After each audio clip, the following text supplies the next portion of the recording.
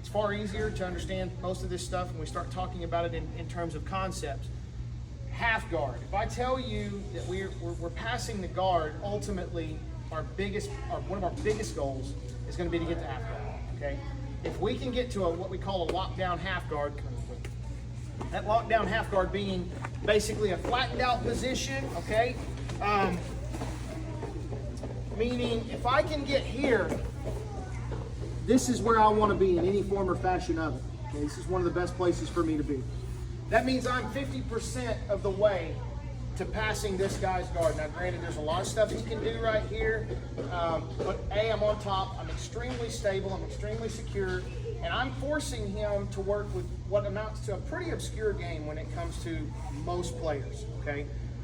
Guys are gonna have to be really, really effective and really comfortable operating from like a half butterfly to really have a lot here, or they gotta be a deep underhook player, and most people are not. They're gonna try to work to extend you out, get you standing. So looked at a bunch of statistics. You start looking at the higher levels, the vast majority of the guards that are being played, I mean, all the way across the board, the vast majority of the guards that are being played are an extended style of guard, okay?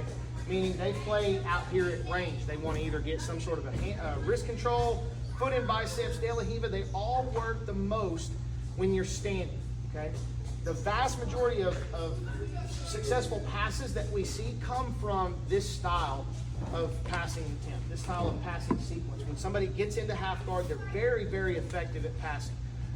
The percentages of you passing are going to go up extremely high if you can get to half guard. Okay? When you play around out here at the end of somebody's guard, and we're in these wild structures out here, it's a lot more difficult to solve that problem. Okay, so we're looking to solve the problem with as least work, as little work as we possibly can.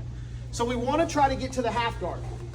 Conceptually, if we're talking about standing, you hear me talk about this kill position. What I mean here is we get to, if I'm standing outside here and I've got leg control, I want to get into like this stuff where I kind of kill a leg here. This way I can start to work.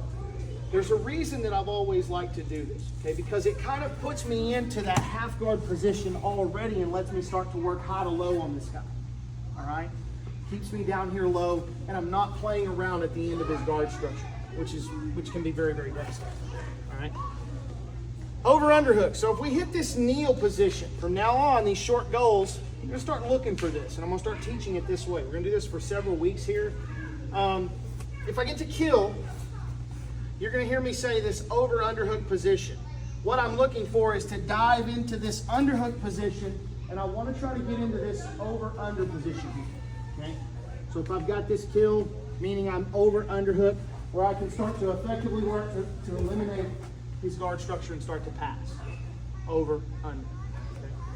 Over, under will also play into double underhooks. You notice where right down here it's split between 3 and 4. We're looking at a double underhook option. We get caught in a situation where this leg pops out, okay, around and is going to go to close guard. I want to jump in here and start working to try to hit my double underhook passes and get real secure right here.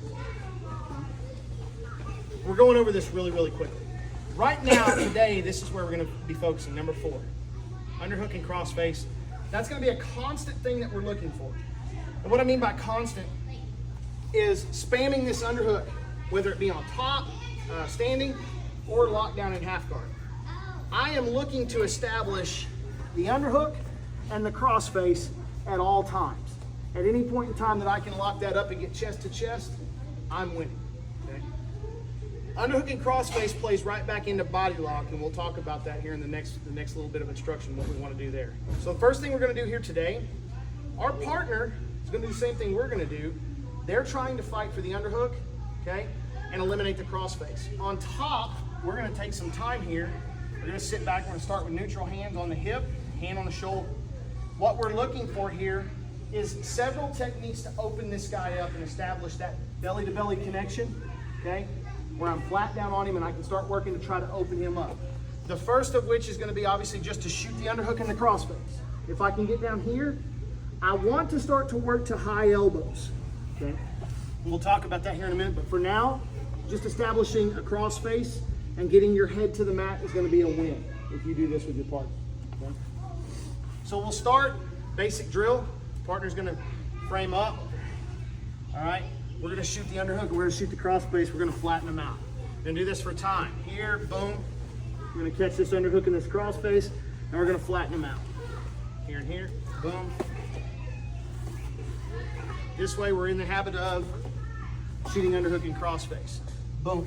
Shoot up underneath, several different angles. First angle, I want you to shoot inside and get the crossface. Second angle, we're gonna deflect up, shoot underneath, and get the underhook in the crossface. All right? So first, partner's gonna have the hand up. We're either gonna shoot underneath, all right, or they're gonna ball up on us. A little bit more ball. We're gonna dig underneath, fish the crossface out. Push. Going for time, 1 minute apiece. Here we go. 1, 2, 3. Okay. We're gonna pick a leg, whichever one you want. We're gonna get to that kill and we're gonna squat. From this squat, we're gonna dive down to that double underhook and that crossface. No different. Find it. Get there. I'm not gonna give you any specific technique. It doesn't matter. Clear the knees out of the way. Get there. Chest to chest. Crossface. Underhook. You get to here. This is perfectly good. Where should I be putting my head? Back. Need to be working forward. Now, some of you guys were transitioning to a double underhook and had the head down. I love this under here, this grip here with the collar. That's perfectly fine. You're gonna hear a lot of this as we start talking about passing in dominant position. I want elbows high. Both if I can get it. If it's mount, I want the elbows up. Okay, if it's half guard, I want the elbows up. All right? The difference being is that I want my head on this side so I can start to get my butt in the air and pass. Now, adding something to it. The minute you get down, head down, start walking your butt up, get to that pike position because now we're getting ready to start trying to pass. All right? Get there. It doesn't matter how you do it. Kill the leg, squat. I like to go double collar control, so once we start back up, kill, boom, we're here. There's my double collar control. I can move to the side, boom, punch it, and go. Okay? You're gonna waller your partner a little bit. As soon as you get down and lock it, get back up and go again. Here we go. 1, 2, 3.